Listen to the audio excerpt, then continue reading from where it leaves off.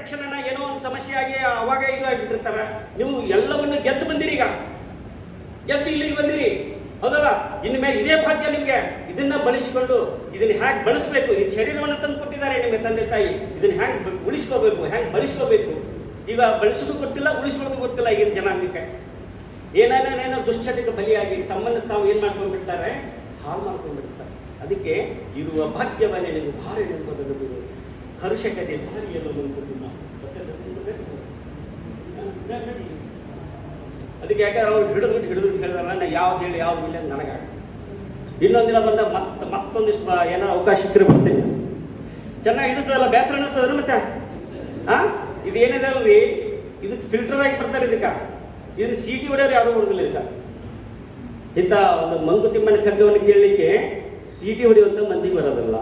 ಯಾರು ತಿಳ್ಕೋಬೇಕು, ಯಾರು ತಮ್ಮನ್ನು ತಾವು ಆ ಸೇವೆಗೆ ಅಣಿಗೊಳಿಸ್ಬೇಕು. ನಾನು ಯಾಕೆ ಬಂದೆ, ಈ ಪ್ರಪಂಚ ಏನು, ನಾನೇನು ಮಾಡಬೇಕು, ಏನು ನಾನೇ ಎದಕ್ಕೆ ಬಂದಿದ್ದೀನಿ, ನನ್ನ ಮುಂದಿನ ಏನು ಅನ್ನುವಂಥದ್ದನ್ನು ತಿಳ್ಕೊಳ್ಳೋರಿದ್ರೆ ಮಾತ್ರ ಇದು ಬಹಳ ಒಳ್ಳೆ ಒಂದು ಮಾದರಿಯ ಜೀವನವನ್ನು ಕೊಡ್ಲಿಕ್ಕೆ ಸಾಧ್ಯ. ಅದಕ್ಕೆ ನೀವೇನಾಗಬೇಕು, ರಾಮಭಟನ ಆಗಬೇಕು. ರಾಮನಿತ್ತಂದು ರಾವಣನೊಬ್ಬ ನಿರ್ಧನನ, ಭೀಮನಿತ್ತಂದು ದುಶ್ಯಾಸನನ ಧರ್ವನ್. ಈ ಮಹಿಳೆಯ ಅನ್ಯಾಯಕಾರಿ ಇಲ್ಲದುದೆಂದು ರಾಮಭಟನಾಗೋ ನೀ ಮಂಕುತಿಮ್ಮ. ನೀನು ರಾಮಭಟನಾಗಪ್ಪ, ಸೇವೆಯನ್ನು ಮಾಡು. ನಾನು ಮಾಡಿದೆ ಅನ್ನುವಂಥದ್ದನ್ನ ಒಳ್ಳೆಗೆ ಅಂಟಿಸ್ಲಿಕ್ಕೆ ಹೋಗಬೇಡ. ಮಾವು ಸಸಿಯನ್ನು ನೆಟ್ಟು ಬೇವುನಲು ಸಿದ್ಧ ನೀರು. ಮಾವು ಸಸಿಯನ್ನು ನೆಡಬೇಕು, ಸಮಾಜಕ್ಕೆ ಒಳ್ಳೆಯದನ್ನ ಮಾಡಬೇಕು ನಾವು. ಆದ್ರೆ ಸಮಾಜ ನಮಗೇನಾದ್ರು ಅವಮಾನಿಸಿದ್ರೆ, ಸಮಾಜ ಏನಾದ್ರೂ ನಮ್ಮ ಮೇಲೆ ಏನಾದ್ರೂ ಒಂದು ಅಪವಾದ ಹೊರಿಸಿದ್ರೆ ಅದು ಬದುಕೋಬೇಕು. ನಾನು ಇಷ್ಟೆಲ್ಲ ಮಾಡಿದೆ, ನನಗೆ ಅವಮಾನ ಮಾಡಿದೆ ಅಂತ ಅದನ್ನ ಬಗೆಬಾರದು.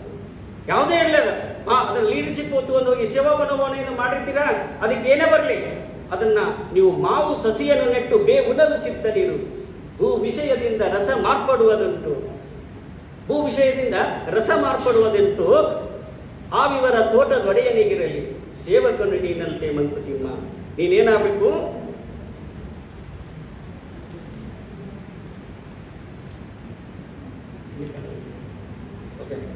ಹೀಗೆ ನೀವು ಸೇವಕನಾಗಿನೇ ಈ ತರಬೇತಿಯಲ್ಲಿ ಭಾಗವಹಿಸಬೇಕು. ಇಲ್ಲಿ ಏನಾದ ಪ್ರತಿಯೊಂದು ಕೆಲಸದಲ್ಲಿ ಕೂಡ ಆಕ್ಟಿವ್ ಆಗಿರ್ಬೇಕು.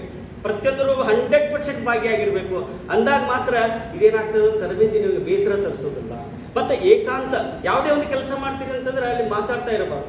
ಓಕೆ, ಆ ಕೆಲಸದಲ್ಲೇನೆ ನಿಮ್ದು ಏನಿರ್ಬೇಕಾ, ಕಾರ್ಯ ಕ್ಷಮತೆ ಇರಬೇಕು, ಅದ್ರ ಬಗ್ಗೆ ಇದು ಇರಬೇಕು, ಏನು ಗೌರವ ಇರಬೇಕು. ಅಂದಾಗ ಮಾತ್ರ ಈ ಶಿಬಿರದಲ್ಲಿ ಭಾಗವಹಿಸಿದ್ರಲ್ಲ, ನೀವು ಯಾವ್ದಕ್ಕೆ ಭಾಗವಹಿಸಿದೆ, ಏನ್ ಮಾಡಿದೆ ಅನ್ನುವಂಥದ್ದು ನೀವು ಒಳೊಳಗೆ ಅದನ್ನ ಏನ್ ಮಾಡ್ಬೇಕು, ಅರ್ಥ ಮಾಡ್ಕೋಬೇಕು. ಅಂದಾಗ ಮಾತ್ರ ಈ ಶಿಬಿರ ಯಶಸ್ವಿ ಆಗ್ಲಿಕ್ಕೆ ಸಾಧ್ಯ ಇದೆ.